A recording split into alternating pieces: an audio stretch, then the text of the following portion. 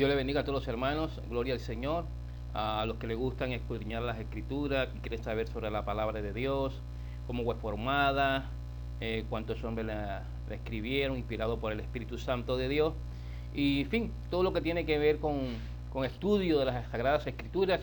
Estamos aquí presentes para compartir las enseñanzas que Dios nos da, para compartir con todos los hermanos. Por ahora iniciamos con unos cuantos, pero yo sé que esto se va a ensanchar. Yo sé que hay muchos instrumentos de Dios que desean capacitarse, prepararse para el servicio de la obra de Dios.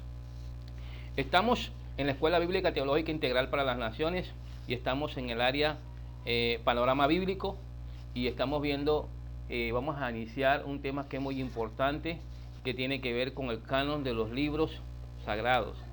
El canon de los libros sagrados. Así que yo le invito a que usted se prepare, porque estas enseñanzas le sirven a usted como capacitación, como para el liderazgo, para las células. Hay personas que tienen inquietudes sobre la Biblia y explican cómo sabemos nosotros que esos libros fueron solamente lo que Dios dio, si no hay más libros. Y hay personas que tienen tantas inquietudes que es bueno que el pueblo, el ministro de Dios, el líder de la iglesia, el líder de una célula, un padre de familia que está formando hijos en el Evangelio, tenga un conocimiento pleno de las cosas de Dios. En lo que más se pueda prepararse y capacitarse, dice la Biblia que es necesario que el obrero sea enteramente preparado para toda buena obra. El canon de los libros sagrados, primera parte, porque vamos a dividir esto porque está un poquito extenso, y aquellos que les gustan estudiar, es bueno que usted lo escuche todo. Gloria al Señor. Así que para que usted pueda decir, bueno, ¿qué es eso del canon? Vamos a empezar a desarrollar qué es el canon, cómo se catalogarán los libros, si eran inspirados o no inspirados por el Espíritu Santo. Todo eso lo vamos a ver aquí en estas enseñanzas. Bien, vamos a ver el canon y su significado. Es un origen semítico, cane, cana, y significa vara, medida. Esta expresión fue helenizada más tarde en la forma en que tenemos en la actualidad. Canon, conservando siempre el mismo sentido de cartabón, significa regla, norma, ley. La segunda definición es conjunto de normas o reglas para establecer qué libros eran inspirados por el Espíritu Santo o no, para establecer qué libros eran inspirados o no. Hay unas normas o reglas para establecer. Vamos a ver, este libro, vamos a ver si cumple con las reglas o con las normas que se establecen para decir qué libro era inspirado o no inspirado por el Espíritu Santo de Dios. También es regla o conjunto de reglas, sobre el dogma que establece la iglesia y que forma parte del derecho canónico. Aquí también hay una definición, más que todo sentido tradicional, religioso, católico. También está como un conjunto de normas, preceptos o principios con que se rige la conducta humana. Aquí hay otra definición, según usted allí en Wikipedia encuentra esa definición. Un movimiento artístico, una determinación, actividad, etc. Los cánones académicos. Modelos o prototipos que reúnen características que se consideran perfectas en su género, especialmente el referido a la figura humana, que reúne las proporciones ideales, el canon de belleza clásico. Bueno, hay varios significados, pero lo que nosotros vamos a ver tiene que ver con el canon bíblico, bendito sea el Señor, como conjunto de normas o reglas para establecer que el libro era inspirado por el Espíritu Santo o no. Gloria a Dios. Así que esta palabra hebrea cane, que es carrizo, caña, aparece 71 veces en el Antiguo Testamento. Se emplea siempre en sentido literal. Aquí estamos hablándole en la parte de, bueno, vamos a colocar las normas, unas reglas, unas medidas. La palabra regla o medida es literal, como una vara de medir. Acá se va a medir si cumple estas normas. Si este libro cumple estas normas, estas reglas, entonces podemos decir que sí es inspirado por Dios, que fue Dios que le inspiró, cumple los requisitos basado en los preceptos y los mandamientos que Dios le entregó al pueblo de Israel. Ahí se tomaban las medidas si cumplían o no cumplía cada libro. Gloria al Señor. Entonces, pero literalmente en la Biblia sí aparece esa palabra. Aparece 61 veces, corrijo. Y está en Ezequiel, en el 40, versículo 5. De esta raíz tan semítica viene la palabra griega canon, que se emplea 4 veces en el Nuevo Testamento. toda la epístola de Pablo, según 2 Corintios 10, 13, en el verso 15, en el verso 16, en Galatas 6, 16, y en la versión Reina Valera se traduce por regla, excepto en 2 Corintios 10, 16. Entonces, Pablo significa la regla o norma por la cual se juzgan tanto sus propias enseñanzas y acciones como la de los demás. Está hablando de que hay unas normas que Dios establece, cuando estemos estudiando lo del Nuevo Testamento, que rigen si cumple las normas o requisitos, en el caso de las cartas, todo lo que tiene que ver con el Nuevo Testamento, las normas, basado en lo que Jesús enseñó, basado en lo que Dios le reveló a Pablo, la doctrina de la iglesia. Si esos libros tenían esas normas, esos requisitos, no se salían de lo que ya estaban establecidos, podía decir que era inspirado o no inspirado por el Espíritu Santo de Dios. Como conclusión, le digo que grave esta expresión: conjunto de normas o reglas para establecer qué libros eran inspirados por el Espíritu Santo o no. Para establecer qué libros eran inspirados o no. Eso es lo que significa canon. Es la medida para medir, valga la redundancia, para medir, gloria al Señor, qué libros tenían la inspiración del Espíritu Santo de Dios, la inspiración divina. Ahora, existe el canon del Antiguo Testamento. Hay unas normas que se establecían para el Antiguo Testamento, unas reglas, y hay un canon del Nuevo Testamento. Hoy, el día de hoy, vamos a ver el canon del Antiguo Testamento. Y queremos ya sabemos que son la medida, cada libro del Antiguo Testamento, en la cual, gloria al Señor, unos rabinos se reunieron para establecer qué libros eran inspirados por el Espíritu Santo o no. Para los judíos, el Antiguo Testamento canónico consistía en 3 divisiones que reflejaban 3 distintas etapas de canonización.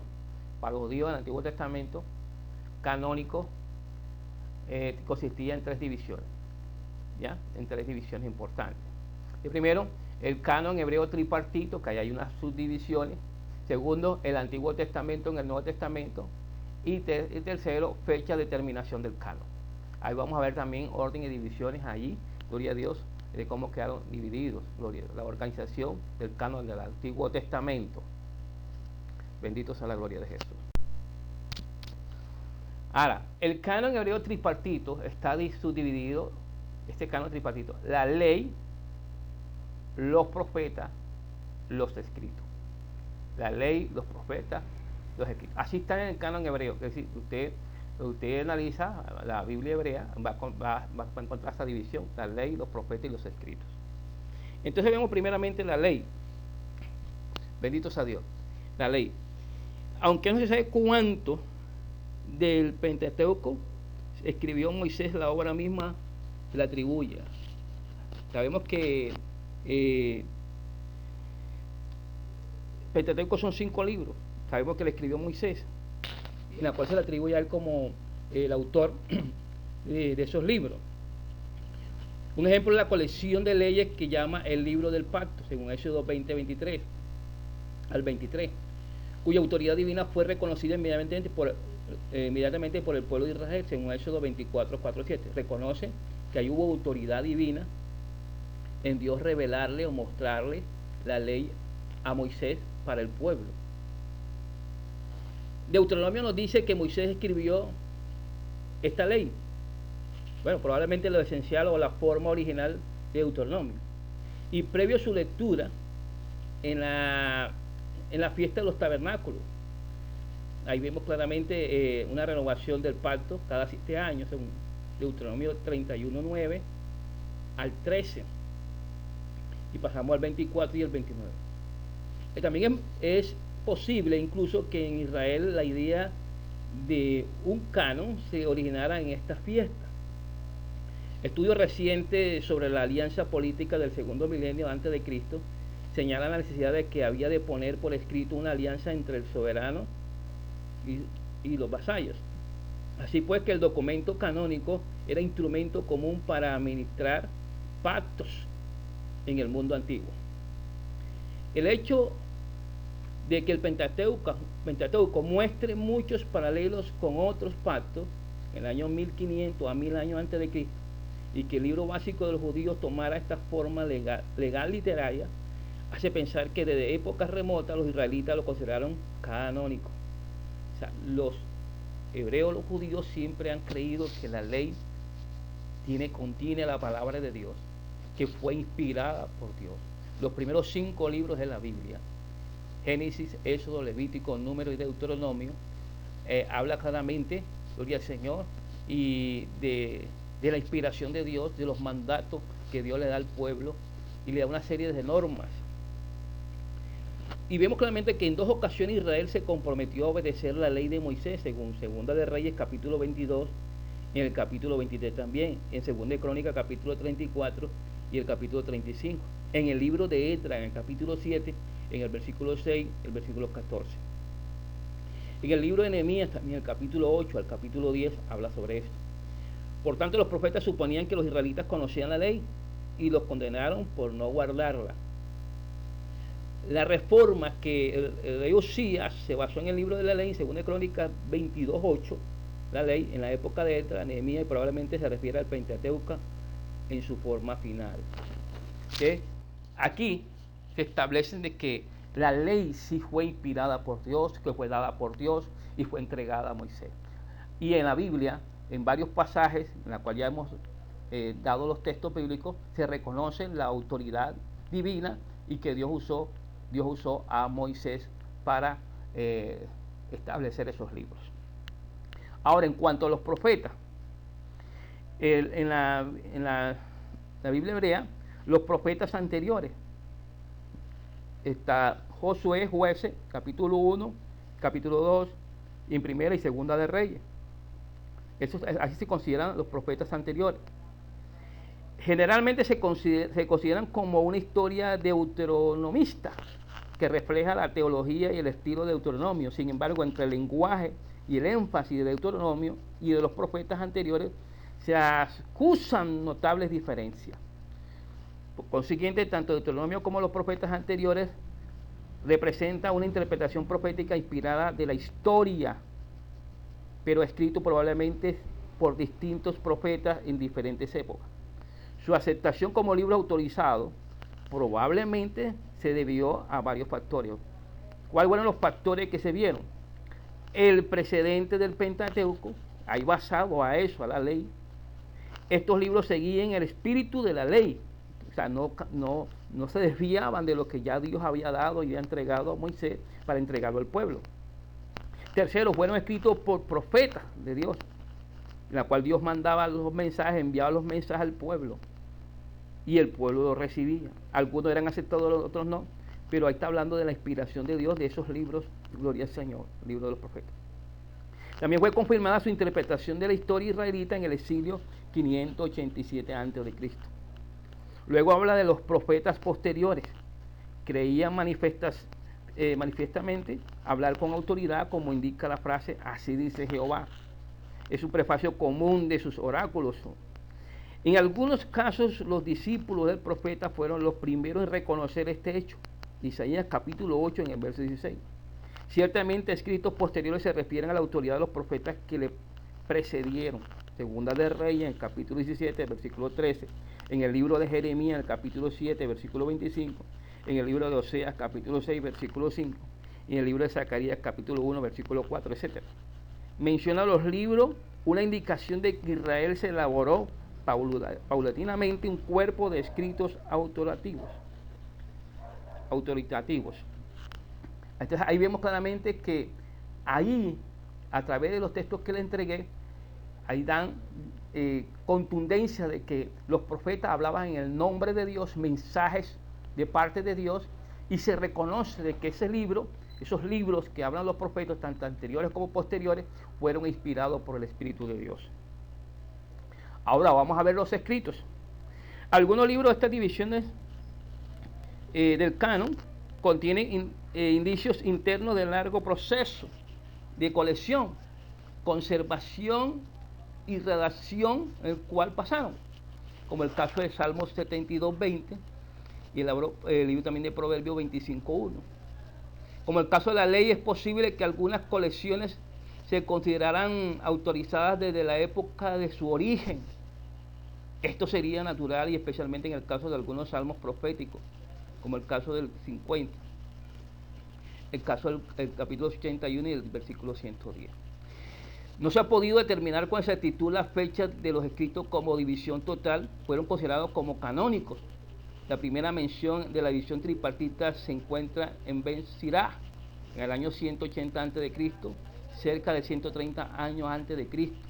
El nieto de Ben Sirá nos habla del prólogo de Eclesiástico en los libros apócrifos, que vamos a ver más adelante acerca de los libros apócrifos. De una tradición de los libros de la ley de los profetas y de otros libros que existían en su tiempo. Quiere decir, antes existían otros tipos de libros. Es un primer esbozo del canon que indica que ya existían 3 divisiones de nuestro canon, aunque no necesariamente en forma completa. Entonces, que entre los manuscritos y fragmentos del Qumran solamente falta el libro de Esther, de los libros canónicos del Antiguo Testamento, de los libros apócrifos. Poco se encuentran estos descubrimientos. Entonces, para terminar, aquí vemos claramente que el canon hebreo tripartito está organizado de la siguiente manera: la ley, los profetas y los escritos. Entonces vemos que todos allí fueron basados, que el libro eran inspirados, no inspirados por el Espíritu Santo de Dios, no se salían de las normas de la ley, de los preceptos de Dios de la época. El mismo Jesús habló acerca de la ley de los profetas, gloria a Dios. Entonces es bueno que nosotros estudiemos un poquito más a fondo. En la próxima clase vamos a explicar un poquito cuáles eran también las normas que se rigieron para decir si eran inspirados o no inspirados. Vamos a completar esta parte, lo que tiene que ver con el Antiguo y el Nuevo Testamento, la fecha de terminación del canon, y vamos a ver el orden de divisiones. Y luego vamos a ahondar en lo que tiene que ver con cuáles eran esas normas. Le voy a adelantar un poquito. Uno era que era escrito en el libro, en el Antiguo Testamento, escrito en hebreo, que los textos fueran escritos en hebreo, que el autor tenía que ser hebreo o judío. Tenía que también el estilo literario tenía que ver mucho. Otro punto tenía que ver con la ortodoxia. Vamos a explicar qué es eso que es la ortodoxia, lo que es la base doctrinal, las enseñanzas que Dios le dio al pueblo de Israel. Y también que los libros fueran escritos hasta el tiempo de Esdras. Todas estas cosas que vamos a ver, analizar estos puntos que son muy importantes. Dice, bueno, ¿cómo sabemos que son inspirados? Primero tienen que ver con el autor, su estilo literario, la parte profética que precedería hasta Esdras, si se cumplían los mensajes proféticos. Todos estos análisis para decir este libro era inspirado tenían que ver con contundencia, comprobación de su inspiración, de su mensaje que venía de parte de Dios. Bueno, hermanos, Dios les bendiga, Dios les guarde y la paz de Dios actúe con ustedes. Bendiciones.